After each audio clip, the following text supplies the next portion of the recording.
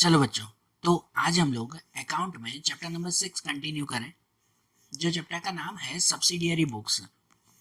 देखो बच्चों, इस चैप्टर में अभी तक हमने क्वेश्चन नंबर 9 तक के सम्स देखे ना फाइनल एक्सरसाइज में, जिसमें परचेज बुक बनाना और सेल बुक बनाना हमने सीखी थी। जिसमें परचेज बुक में कॉलम वाली परचेज बुक भी बनाई थी, सेल बुक में भी बनाई कॉलम वाली सेल बुक। आज हमें इस चैप्टर की फाइनल एक्सरसाइज का क्वेश्चन नंबर 10 देखना है कि जिस क्वेश्चन नंबर 10 में अब हमें परचेज बुक के साथ परचेज रिटर्न बुक भी बनानी है। परचेज बुक और परचेज रिटर्न बुक, वो दोनों बुक्स अब हमें तैयार करनी है। दोनों बुक्स तैयार करनी है मतलब जैसे परचेज बुक के लिए आप लोग एक टेबल बनाते थे ना, तो अब परचेज बुक के साथ सेम वैसा ही टेबल परचेज रिटर्न के लिए भी बनेगा। आपका ये सम पहले जो है वो ये सिंपल परचेज बुक और सिंपल परचेज रिटर्न बुक है। सिंपल ही है, कोई वो कॉलम वाला नहीं है, ठीक है ना। सिंपल परचेज बुक तैयार करनी है और इसके लिए हमें इसमें कौन कौन सी एंट्रीज करनी होगी। तो परचेज बुक के लिए तो आपको एंट्रीज पता है ना, कि परचेज बुक में कौन सी एंट्री करते हैं कि जो परचेज हमने क्रेडिट पे की हो, जो सिर्फ क्रेडिट पे हमने खरीदा हो, तो वो चीज़ें हम लोग परचेज बुक में लिखते हैं। सही बात क्या नहीं। तो परचेज रिटर्न में क्या करेंगे, तो परचेस रिटर्न में कोई भी क्रेडिट पे ही खरीदा हुआ सामान अगर हमने वापस रिटर्न किया हो, कैश पे खरीदा हुआ नहीं, ये चीज़ ध्यान देना। मतलब मैंने कोई सामने वाले से कोई उधार पे सामान खरीदा है, अभी पैसे नहीं दिए हैं, उधार पे मैंने सामने वाले से सामान खरीदा है और वही सामान मुझे पसंद नहीं आया, तो उनमें से थोड़ा सामान मैंने रिटर्न कर दिया, या तो भले पूरा ही सामान मैंने रिटर्न कर दिया। तो उधार पे क्रेडिट पे खरीदा हुआ सामान जब फिर से रिटर्न करते हैं ना, तो वो एंट्री परचेस रिटर्न में जाती है। मतलब एक आखिरी एग्जांपल समझ लो कि जैसे जो है वो मैंने किसी से 10,000 का सामान खरीदा, उधार पे खरीदा, क्रेडिट पे खरीदा है, तो मतलब उसे परचेस बुक में लिखूंगा कि 10,000 का सामान खरीदा। उस 10,000 में से 2,000 का सामान मुझे पसंद नहीं आया, क्वालिटी खराब थी, डिफेक्टिव सामान था, तो वो 2,000 का सामान मुझे पसंद नहीं आया, तो वो सामान मैंने रिटर्न कर दिया। क्या कर दिया मैंने, रिटर्न कर दिया कि भाई मैंने जिससे खरीदा था भाई तुमने सामान बरोबर नहीं दिया, ये लो भाई अपना सामान रिटर्न। तो ये हुआ परचेस रिटर्न, मैंने खरीदा हुआ सामान रिटर्न कर दिया, तो उसे परचेस रिटर्न में लिखेंगे। अगर कैश में खरीदा हो या तो कैश में रिटर्न किया हो, तो उसकी एंट्री यहाँ नहीं करते, सिर्फ क्रेडिट पे ही खरीदा या रिटर्न किया हो तो ही एंट्री करते हैं। तो देखो, जैसे अब ये क्वेश्चन नंबर 10 में लिखा हुआ है कि यहाँ पे लिखा हुआ है from the following prepare purchase book and purchase return book in the books of account of Gujarat traders. मतलब गुजरात ट्रेडर्स के नाम पर हमें परचेज बुक और परचेज रिटर्न बुक दोनों तैयार करनी है। मतलब देखो यहाँ पर कि जैसे टेबल बनाते हैं ना, कि पहला हम लोग टेबल बनाएंगे, इसमें दो टेबल बनेंगे, परचेज बुक और परचेज रिटर्न बुक का, ये ध्यान देना। तो पहला टेबल जो बनाएंगे उसमें वो परचेज बुक लिखेंगे, purchase book of Shri Gujarat traders. और ये सिंपल परचेज बुक ही बनानी है ना, कॉलम वाली नहीं। मतलब इसमें कौन कौन सी एंट्रीज आएगी भाई, पहले डेट, फिर नेम ऑफ सप्लायर, फिर इनवर्ड इनवॉइस नंबर, याद है ना inward invoice number purchase book में, फिर एलएफ, और आखिरी में अमाउंट। तो ऐसे परचेज बुक में ये बनेगा ना। और इसके साथ परचेज बुक के साथ दूसरा बनाएंगे, वो आएगा परचेज रिटर्न बुक। ये भी टेबल यहाँ पर बनाएंगे, सेम टेबल बनेगी जैसे कि परचेज बुक में बनाई थी। यहाँ पर भी हम लोग पहले डेट, फिर नेम ऑफ सप्लायर, ये खाली सिर्फ एक चीज बदलेगी, यहाँ खाली एक नाम बदलेगा, ये ध्यान दो, ठीक है। परचेस रिटर्न बुक में IIN नहीं लिखेंगे, मतलब इनवर्ड इनवॉइस नंबर वो यहाँ नहीं लिखा जाता, यहाँ लिखा जाता है DNN। DNN क्या, तो इसे कहते हैं डेबिट नोट नंबर। सुनना फिर से ध्यान से कि डेबिट नोट नंबर उसे कहते हैं DNN। देखो, जब हम कोई चीज खरीदते हैं ना, तब पक्का बिल बनता है, जिसे इनवर्ड इनवॉइस नंबर कहते हैं। इनवॉइस नंबर मतलब बिल नंबर, जब कोई चीज खरीदते हैं। अब जब रिटर्न करो तो फिर से नया बिल थोड़ी बनाएंगे, वो बिल तो एक बार बन गया ना। वो नया बिल नहीं बनता, खाली एक नोट बनती है, एक पेज में खाली लिखा जाता है, या तो जो वो बिल होता है ना उस बिल के नीचे ही लिखा जाता है कि हाँ भाई इतना सामान हमने रिटर्न किया। तो वो जो बनता है ना उसे नोट कहते हैं, बिल नहीं कहते। रिटर्न करते वक्त बिल नहीं बनता, वो नोट बनता है। और परचेस रिटर्न हो ना तो उसे कहते हैं डेबिट नोट। परचेस रिटर्न के लिए क्या बनता है, डेबिट नोट बनता है।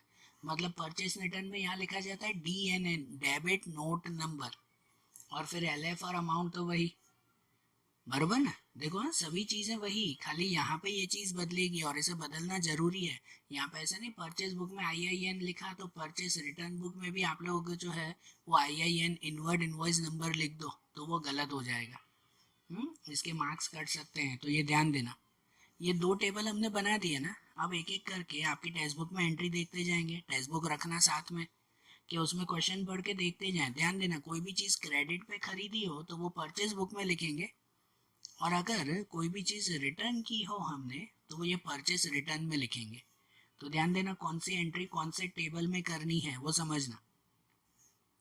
जैसे कि पहला लिखा हुआ है उसमें 2018 जनवरी, फर्स्ट में लिखा हुआ है goods purchase of 1 lakh at 5% trade discount from Punjab store, कि हमने पंजाब स्टोर से 1 लाख का सामान हमने खरीदा है 5% ट्रेड डिस्काउंट पे। तो यहाँ खरीदा है कुछ लिखा हुआ है कि कैश दिया कि नहीं दिया, ऐसा कुछ नहीं लिखा हुआ ना। इसका मतलब कि हमने उधार पे ही खरीदा होगा ना, क्रेडिट पे ही खरीदा है हमने, ये चीज़ कंफर्म ना। तो मतलब इसे कहाँ लिखेंगे, परचेज बुक में कि परचेज रिटर्न में। इसे परचेज बुक में लिखेंगे ना। तो देखो परचेज बुक का जो आपने टेबल बनाया है कि उस टेबल में जाके लिखेंगे कि यहाँ 2018 जनवरी 1, नेम ऑफ सप्लायर में लिखेंगे पंजाब स्टोर अकाउंट, और अमाउंट कितनी, तो देखो आपके 1 लाख में 5% डिस्काउंट देना है। तो आप लोग पहले कैलकुलेटर में काउंट कर सकते हो कि 1 लाख माइनस 5%, 1 लाख माइनस 5%, मतलब 1 लाख में से ना 5,000 कम, तो वो हो जाएगा 95,000 का। तो ये पहली एंट्री हो गई ना कि 95,000 का सामान हमने परचेज किया है। फिर उसके बाद दूसरा है कि नंबर 3 में थर्ड डेट में उसमें लिखा हुआ है goods purchase of 60,000 on credit of 1 month from Maharashtra store, trade discount 10% and bill number 330। तो मतलब इसमें भी हमने महाराष्ट्र स्टोर से 1 महीने की क्रेडिट पे खरीदा है, मतलब उधार पे ही खरीदा ना हमने। 60,000 का सामान खरीदा है जिसके ऊपर 10% डिस्काउंट भी है, ट्रेड डिस्काउंट भी है। तो मतलब इसे भी कहाँ लिखेंगे, परचेज में क्या परचेज रिटर्न में। तो परचेज बुक में ही ना, इसी के ही नीचे ना ये जो पंजाब स्टोर लिखा है तो इसके नीचे ही लिखेंगे फिर कि नंबर 3 डेट देंगे और यहाँ पे लिखेंगे Maharashtra stores account, Maharashtra store, bill number भी आपको दिया हुआ है उसमें 330, और अमाउंट कितनी, तो 60,000 में से 10% कम करो, 60,000 माइनस 10%, मतलब कि 6,000 रुपये कम हो जाएंगे। तो कितने बचेंगे, 54,000। 60,000 में से वो कम कर देंगे तो कितने बचेंगे, 54,000 बचेंगे वो, बरोबर। आई ना बातें समझ में। फिर देखो उसके बाद नंबर 10 वाली एंट्री है कि उसमें दिया हुआ goods purchase of 50,000 from Kerala stores on credit and 50% amounts paid immediately. या हमने केरला स्टोर से सामान खरीदा है एंड 50% अमाउंट, मतलब कि आधे पैसे उसी वक्त दे दिए। अब जब भी पहले भी ये काफ़ी बार एंट्री आ चुकी है कि जब भी आधे पैसे हमने दिए हो ना तो इसका मतलब कि उसको यहाँ पे गिनते नहीं है, उसकी पूरी एंट्री यहाँ पे लिखेंगे, उसे आधी अमाउंट को नहीं गिनेंगे। मतलब इसमें नंबर 10 में जो 50,000 का सामान खरीदा है वो पूरे 50,000 ही लिखेंगे कि आधा हमने पैसे दिया आधा उधार दिया, ऐसे नहीं, पूरे यहाँ पे 50,000 लिखे जाएंगे। यहाँ पे लिखा हुआ है ना ऑन क्रेडिट कि उधार पे ही खरीदा है हमने पूरा, तो यहाँ पे लिखा ही जाएगा। मतलब यहाँ जो महाराष्ट्र स्टोर लिखा है तो इसके नीचे ही अब हम लोग एंट्री करेंगे नंबर 10th डेट में कि यहाँ पर केरला स्टोर्स अकाउंट, कोई बिल नंबर तो इसमें दिया नहीं हुआ है, और अमाउंट में लिखेंगे 50,000 पूरे, कि यहाँ पे कोई वो डिस्काउंट भी तो नहीं है ना, बराबर ना। ये हो गए ना 10 वाली एंट्री भी परचेज बुक में ही। अब 17 वाली, जनवरी 17 दिया हुआ है कि 1/3 goods is return to Maharashtra stores along with debit note number 43 of appropriate amount is sent। अब 1/3 goods to Maharashtra stores return, मतलब कि ये जो महाराष्ट्र स्टोर से हमने सामान खरीदा था ना, देखो 3 तारीख को हमने खरीदा था, यहाँ पे लिखा हुआ है परचेज बुक में कि महाराष्ट्र स्टोर से हमने 54,000 का सामान खरीदा था, इतना परचेज किया था ना। और आपके डेट 17 में लिखा हुआ है कि इसका 1/3 मतलब इसको डिवाइड बाय 3 कर दो आप। तो इसको डिवाइड बाय 3 करो मतलब 18,000 का सामान हो जाता है कि 18,000 का सामान हमने रिटर्न कर दिया। लिखा हुआ है ना 1/3 हमने रिटर्न किया है, और जिसमें डेबिट नोट नंबर 43 भी हमने दी है, बराबर। तो देखो यहाँ पे इसका 1/3 रिटर्न किया, तो उसकी एंट्री कहाँ लिखते हैं, अब इसको लिखेंगे परचेस रिटर्न में, उसको परचेस बुक में नहीं। अब जो दूसरा टेबल हमने बनाया ना परचेस रिटर्न, तो उसमें लिखेंगे। तो देखो अब हम लोग परचेस रिटर्न में जाएंगे, और यहाँ परचेस रिटर्न में 2018 जनवरी 17 और नाम लिखेंगे उसी का ही, महाराष्ट्र स्टोर्स अकाउंट, कि जिसको हमने रिटर्न किया। डेबिट नोट नंबर, तो डेबिट नोट नंबर में लिखा जाएगा ये 43, और कितनी अमाउंट, तो 54,000 का 1/3 डिवाइड बाय 3 करो तो कितनी अमाउंट आ रही थी, 18,000 रुपीज़। तो 18,000 हमने रिटर्न किया है, ठीक है। लिखेंगे तो वैसे ही ना, सिंपल एंट्री करेंगे ना हम लोग, कोई जो वो कॉम्प्लेक्स एंट्रीज नहीं है। खाली ध्यान दो कि जो रिटर्न किया तो वो यहाँ लिखेंगे, जो खरीदा तो उसे परचेस बुक में लिखेंगे। फिर देखो 17 के बाद 21 वाली डेट है, उसमें लिखा हुआ है कि goods purchase of 40,000 at 10% trade discount from Rajasthan store, and Rajasthan store has sent invoice number 160 after adding 5% GST and labor 400। तो देखो इसका मतलब हमने यहाँ पे राजस्थान स्टोर से सामान खरीदा है, वो क्रेडिट पे ही है, क्योंकि कहीं पे भी कैश लिखा हुआ है कि कैश पे सामान खरीदा, ऐसा लिखा हुआ है क्या, नहीं लिखा हुआ ना, मतलब हमने क्रेडिट पे ही सामान खरीदा है, तो उसको यहाँ पे लिखेंगे ना। और ये GST और लेबर उसको नहीं गिनेंगे, उसको नहीं गिनना है, खाली 40,000 का सामान, उस पर 10% डिस्काउंट, ठीक है। क्योंकि लेबर और GST ये तो जनरली कहाँ लिखते हैं, जनरल प्रॉपर बुक में, यहाँ पे नहीं। तो इसकी एंट्री कहाँ करेंगे, परचेस के परचेस रिटर्न में, कहाँ पे होगी, परचेस बुक में ही होगी ना, यहाँ परचेस रिटर्न में नहीं है, तो खरीदा है हमने। तो मतलब अब परचेस बुक में जाएंगे, और परचेस बुक में जो 10 डेट लिखी थी उसके नीचे अब लिखेंगे ये 21 डेट, उसकी एंट्री। नाम में लिखेंगे राजस्थान स्टोर अकाउंट, और Rajasthan store account bill number 160 दिया हुआ है, और अमाउंट में 40,000 में से 10% माइनस करो, भले आप कैलकुलेटर में गिन लो, 40,000 माइनस 10% मतलब कि 4,000 रुपये कम हो जाएंगे, तो बचेंगे कितने, 36,000 रुपीज़। भाई इतने का सामान हमने खरीदा है उससे, ठीक है, आई ना बात ये भी समझ में। अब उसके बाद 21 के बाद दिया हुआ है 25 कि goods purchase of 50,000 on credit from Uttar Pradesh store, credit period of 2 month, trade discount 10%, bill number 380। तो ये भी सिंपल ही है ना कि उत्तर प्रदेश स्टोर से हमने 50,000 का सामान खरीदा है 10% डिस्काउंट पे, तो उसको भी कहाँ लिखेंगे, यहाँ परचेस बुक में ही लिखेंगे ना। तो यहाँ जो परचेस बुक लिखी हुई है ये 21 डेट लिखी है, उसके नीचे ही लिखे हैं अब 25 डेट, वहाँ पे नाम में लिखेंगे उत्तर Pradesh store account, bill number कितना, तो 380 दिया हुआ ना, 380 बिल नंबर, और अमाउंट में कितना, तो अमाउंट में 50,000 में से 10% डिस्काउंट माइनस करके, मतलब कि 50,000 में से 5,000 माइनस हो जाएंगे, तो बचेंगे कितने, 45,000 रुपीज़। तो यहाँ अमाउंट में 45,000 रुपीज़ लिखेंगे, बराबर हुई ना, ये भी सिंपल एंट्री। फिर उसके बाद 29 वाली एंट्री, उसमें दिया हुआ है कि out of total goods purchase from Uttar Pradesh store 30% goods is return and along with a debit note number 44 is sent. कि यहाँ जो उत्तर प्रदेश से हमने सामान खरीदा ना, ये जो उत्तर प्रदेश स्टोर से सामान खरीदा, कितने का खरीदा, 45,000 का, इसके 30% रिटर्न करने हैं, 30%। तो वो परसेंटेज निकालने आते हैं ना आपको कैलकुलेटर में, 45,000 मल्टीप्लाई 30 और फिर परसेंटेज का बटन, 45,000 मल्टीप्लाई 30 फिर परसेंटेज का बटन, तो मतलब कितने हो जाते हैं, तो वो हो जाते हैं 13,500 रुपये। तो उत्तर प्रदेश से जितना सामान हमने खरीदा था उसके 30% अब रिटर्न करने हैं, उसको वापस भेज देंगे। तो अब वो रिटर्न करने हैं तो वो कहाँ लिखेंगे, तो वो लिखेंगे परचेस रिटर्न में, वो यहाँ नहीं लिखेंगे, उसे परचेस रिटर्न में लिखेंगे। कि परचेस रिटर्न में जाएं, वहाँ पे डेट लिखें 29, नाम लिखें इसका Uttar Pradesh store account, and debit note number वो 44 दी गई है, लिखा हुआ ना डेबिट नोट नंबर, और अमाउंट में कितना लिखेंगे, तो अमाउंट में लिखेंगे 13,500, 13,500 रुपये की अमाउंट, इतना हमने रिटर्न कर दिया। ठीक है, ये 29 वाली एंट्री भी हो गई। फिर 30 वाली एंट्री कि डेट 30 में ऐसा लिखा हुआ है, an order of goods purchase of 80,000 at 10% trade discount is placed to Madhya Pradesh store account. कि हमने मध्य प्रदेश स्टोर में खाली ऑर्डर दिया है खरीदने का, अभी खरीदा नहीं है, और खाली ऑर्डर दिया है तो उसकी एंट्री तो कुछ करते ही नहीं है ना, ये तो नॉन इकोनॉमिक ट्रांजेक्शन हो जाता है, इसकी कोई एंट्री नहीं आती, तो इसका मतलब उसकी कोई एंट्री करेंगे नहीं यहाँ पर। ओके, और ऐसे ही 31 वाली एंट्री, तो उसमें लिखेंगे goods of 30,000 purchase at 10% trade discount, 5% cash discount on cash from Haryana store.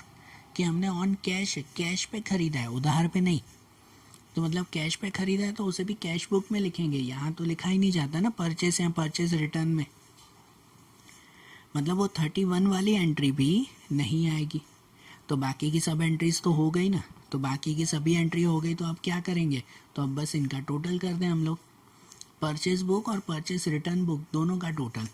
पहले परचेज बुक का टोटल कर दें, तो परचेज बुक में जाकर यहाँ पे इन सब का टोटल कर दिया करो कि जो भी अमाउंट है उन सब का टोटल, तो कितना आ जाएगा 2,80,000 रुपीज़।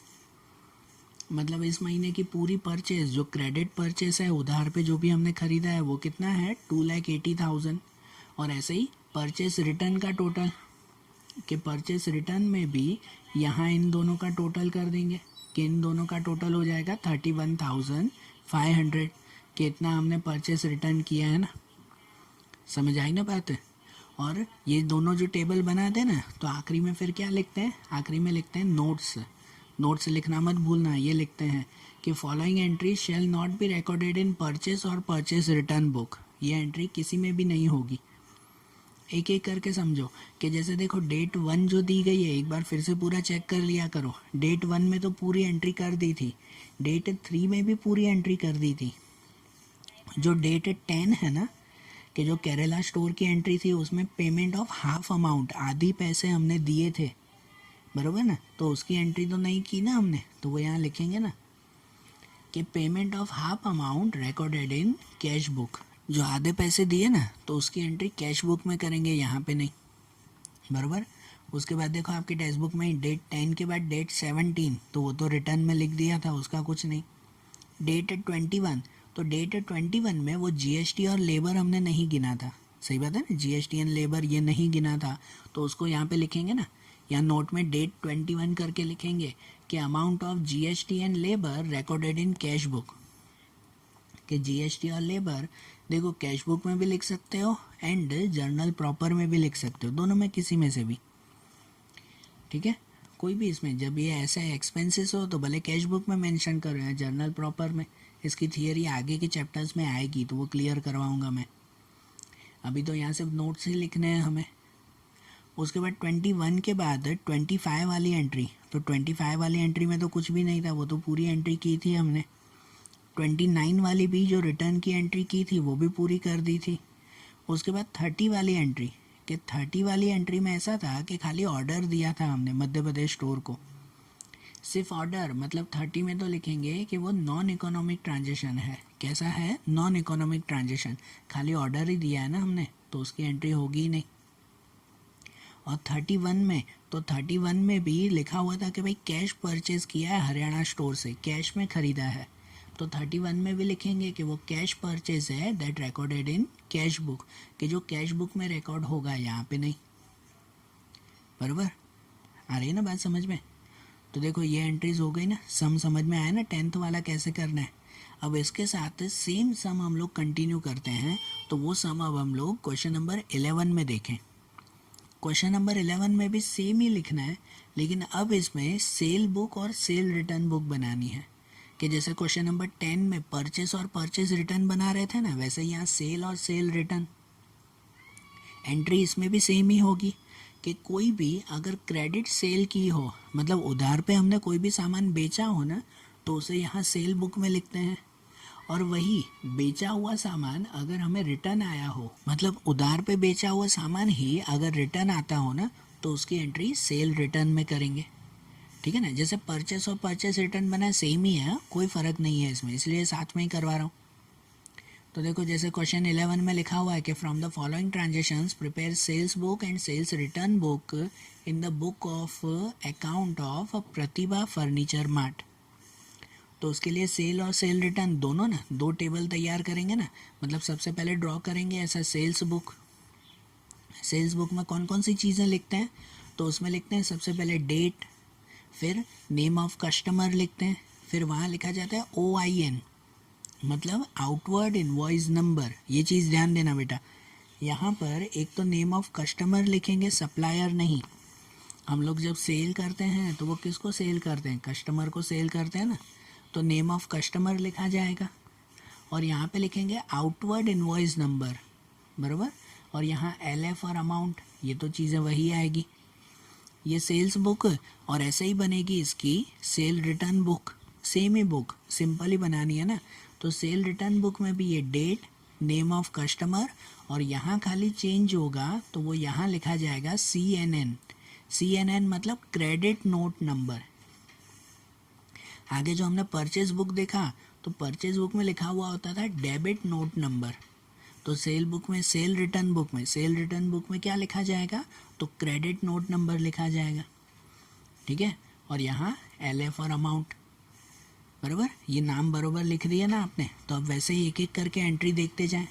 आपकी टेक्स्ट बुक में अब देखते जाओ कि जैसे इसमें पहले दिया हुआ है 2018 सितंबर 1 दिया हुआ है कि goods of 10,000 at 10% cash discount sold to Rajesh furniture mart, he has paid an half amount.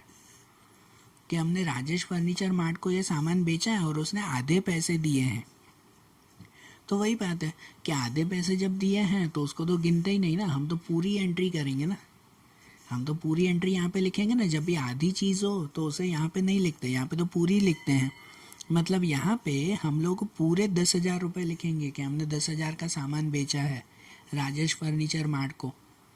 और जो 10% कैश डिस्काउंट है ना, वो भी नहीं गिनेंगे, क्योंकि डिस्काउंट तो हम लोग ट्रेड डिस्काउंट गिनते हैं, कैश डिस्काउंट थोड़ी। कैश डिस्काउंट तो जब कैश पे बेचा हो तो गिनते हैं। मतलब यहाँ पे तो डिस्काउंट भी नहीं गिनना है, ये चीज़ ध्यान देना। ऐसे नहीं 10,000 के फिर 10% आप लोग गिन लो, नहीं, ये कैश डिस्काउंट दिया हुआ है, मतलब 10,000 पूरे ही लिखने हैं हमें।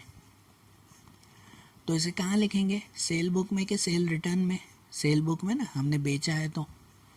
मतलब अब हम लोग सेल्स बुक में जाएंगे और सेल्स बुक में यहाँ पे लिखेंगे, डेट में पहले लिखे ना 2018 सितंबर 1, नाम में लिखेंगे राजेश फर्नीचर मार्ट अकाउंट, और अमाउंट में कितनी, तो 10,000 रुपीज़, पूरे 10,000 ही, क्योंकि कैश डिस्काउंट तो हमें गिनना नहीं है उसमें, बराबर।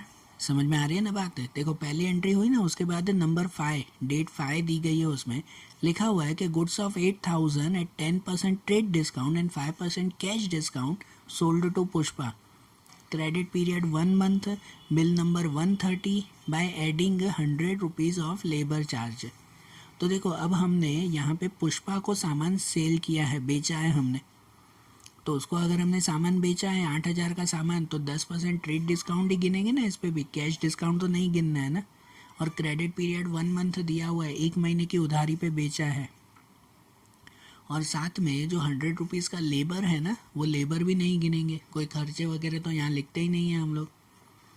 मतलब यही सेल बुक में, इसी सेल बुक में इसके ही नीचे लिखेंगे फिर डेट 5, नाम में लिखेंगे पुष्पा अकाउंट, बिल नंबर दिया हुआ आउटवर्ड इनवॉइस नंबर 130, और अमाउंट में लिखेंगे कि 8,000 के 10% कम, 8,000 माइनस 10%, मतलब कि 800 रुपये कम हो जाएंगे। तो 800 रुपये कम, मतलब यहाँ पे अमाउंट कितनी लिखी जाएगी, तो यहाँ अमाउंट लिखी जाएगी 7,200 रुपये की, बराबर ना। इतना सेल किया हमने उसको। फिर नंबर 12 डेट की एंट्री दी गई है कि goods of 4,000 sold at 10% trade discount and 5% cash discount. अब ये जो सामान हमने बेचा ना, वो कैश पे बेचा है, क्योंकि किसी का नाम दिया हुआ है।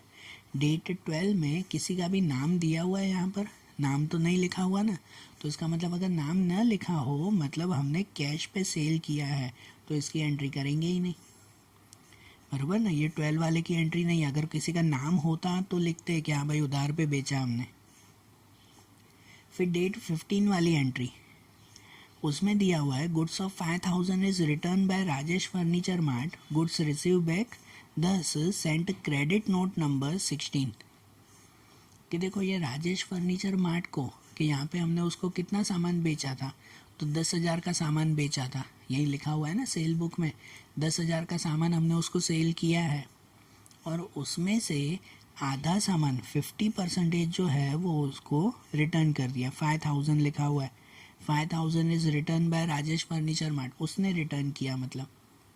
तो जो रिटर्न किया तो उसको कहाँ लिखेंगे, अब उसको सेल रिटर्न में लिखे ना, कि 10,000 में से 5,000 उसने रिटर्न कर दिए। तो अब हम लोग सेल रिटर्न में जाएं, और सेल रिटर्न में जाके लिखें 2018 सितंबर 15, और यहाँ पे राजेश फर्नीचर मार्ट ही लिखेंगे। क्रेडिट नोट नंबर लिखा हुआ है 16, और अमाउंट में लिखेंगे 5,000 रुपीज़, कि 5,000 का सामान हमने रिटर्न हो गया, मतलब रिटर्न मिला, हमने जो बेचा था वो रिटर्न मिला। बराबर। 15 के बाद दिया हुआ है 20 डेट, कि old machine sold to Manju on credit of 3,000, credit period is 1 month. यहाँ पे ओल्ड मशीन बेची है, तो मशीन की एंट्री तो यहाँ करते ही नहीं है ना, हम लोग तो सिर्फ गुड्स की एंट्री करते हैं, मशीन की एंट्री होगी नहीं, मतलब ये 20 वाली एंट्री भी नहीं होगी। फिर 22 में goods sold to 30,000 at 5% trade discount to Harish, invoice number 136 send by adding 5% GST and 200 labour charges. अब हमने 30,000 का सामान जो है वो हरीश को बेचा है 5% ट्रेड डिस्काउंट पे, और उसके साथ जो है वो 5% GST और लेबर चार्जेस भी लगाए हैं। तो इसमें कोई कैश पे कुछ भी नहीं लिखा हुआ है, मतलब ये उधार पे ही बेचा ना, उसकी एंट्री तो करेंगे ना। लेकिन एंट्री करते वक्त ये GST, ये लेबर चार्जेस उसे काउंट नहीं करना है, हम लोग खाली 30,000 का सामान है और उस पर 5% डिस्काउंट है, उतना ही लिखेंगे हम लोग। और ये एंट्री कहाँ होगी, तो ये सेल बुक में होगी, सेल रिटर्न में नहीं। मतलब सेल बुक में जाएंगे और वहाँ सेल बुक में ये 22 डेट 22 नाम लिखेंगे हरीश अकाउंट, बिल नंबर दिया हुआ है 136, और अमाउंट में लिखेंगे 30,000 में से 5% माइनस 30,000 माइनस 5%, तो कितने हो जाएंगे उसमें 28,500। बराबर ना, 30,000 में से 5% माइनस तो 28,500 आ जाएंगे। क्लियर।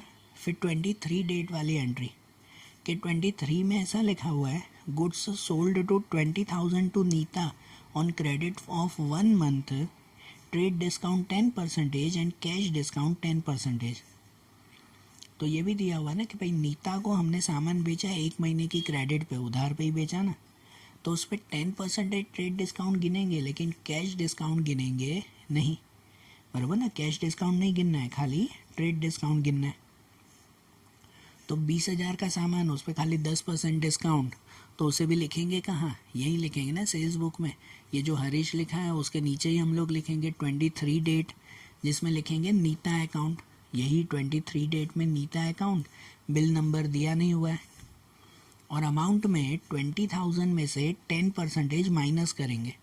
तो कैलकुलेटर में भले चेक करते हो ना आप लोग कि 20,000 माइनस 10% मतलब कि 2,000 कम, तो कितना हो जाएगा 18,000 का आ जाएगा। बराबर, 18,000 का अमाउंट हमने उसको बेचा है। और 30 डेट वाली entry, can order for goods of for 15,000 is received from Mukesh, कि हमें मुकेश से 15,000 का सिर्फ ऑर्डर मिला है, अभी सिर्फ ऑर्डर मिला है, मतलब ये तो नॉन इकोनॉमिक एंट्री हो गई, इसमें कोई ट्रांजेक्शन लिखते ही नहीं है, मतलब हो गई ना ये सब एंट्रीज। अब और कोई एंट्री बाकी नहीं है ना, तो क्या कर दिया जाएगा, इनका टोटल सेल बुक का पहले और फिर सेल रिटर्न बुक का भी, तो पहले इसी का ही टोटल करें। यहाँ इसके नीचे लास्ट एक लाइन बना के लिखेंगे यहाँ पर टोटल, कि इस टोटल में इन सब का टोटल वो कितना आ जाएगा 63,700, ये टोटल क्रेडिट सेल हुई। और इसी के ही साथ फिर दूसरा बनाएंगे सेल रिटर्न, उसकी एंट्री, मतलब इनमें टोटल, तो इसमें तो एक ही एंट्री हमने की थी ना खाली 5,000 की, तो यहाँ टोटल में भी हम लोग ये 5,000 ही लिख देंगे। ओके, हो गई है एंट्री सब, और आखिरी में सब एंट्रीज हो जाए, दोनों टेबल बन जाए, तो क्या लिखते हैं, नोट्स लिखते हैं कि जो जो चीज़ें हमने नहीं लिखी उसकी एंट्री।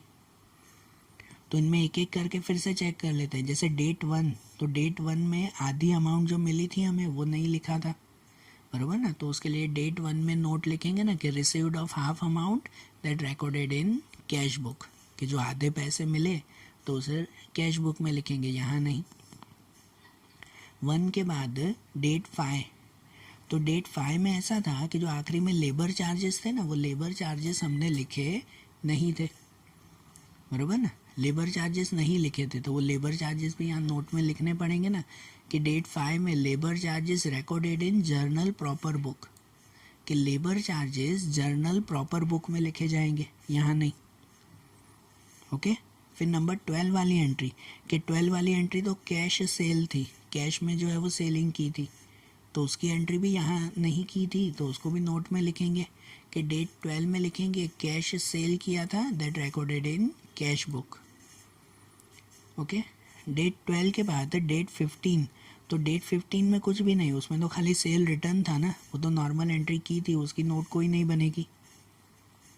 डेट 20 में, तो डेट 20 में मशीन बेची थी हमने, तो उसकी एंट्री वहाँ नहीं की थी, ये नोट में लिखेंगे ना हम लोग कि डेट 20 में लिखेंगे sale of fix asset, fix asset या तो मशीन हमने सेल किया था that recorded in journal proper book, कि उसे जर्नल प्रॉपर बुक में लिखेंगे, यहाँ पे नहीं। फिर 20 के बाद डेट 22 डेट, कि उसमें ऐसा था कि उसमें भी जो GST एंड लेबर चार्जेस थे उसे हमने काउंट नहीं किया था, तो उसे भी नोट में लिखेंगे कि GST and labour charges recorded in journal proper book, कि वो दोनों जर्नल प्रॉपर में लिखेंगे, यहाँ पे नहीं। एंड 30 में एंट्री, तो 30 वाला तो सिर्फ ऑर्डर दिया था, बराबर ना, कोई सामान बेचा नहीं था, सिर्फ ऑर्डर ही था वो, तो उसके लिए तो लिखेंगे नॉन इकोनॉमिक ट्रांजेक्शन, कि वो नॉन इकोनॉमिक ट्रांजेक्शन है, उसकी भी कोई एंट्री नहीं होगी। ठीक है, आई बात समझ में। तो देखो आज हमने परचेस और सेल के साथ साथ परचेस रिटर्न बुक और सेल रिटर्न बुक बनाना भी सीखा, समझ में आया ना, सिंपल था ना वैसे ही। अब इनके जो आखिरी के कुछ सम्स हैं वो अब हम लोग कल के वीडियोज़ में देखेंगे। Okay, thank you.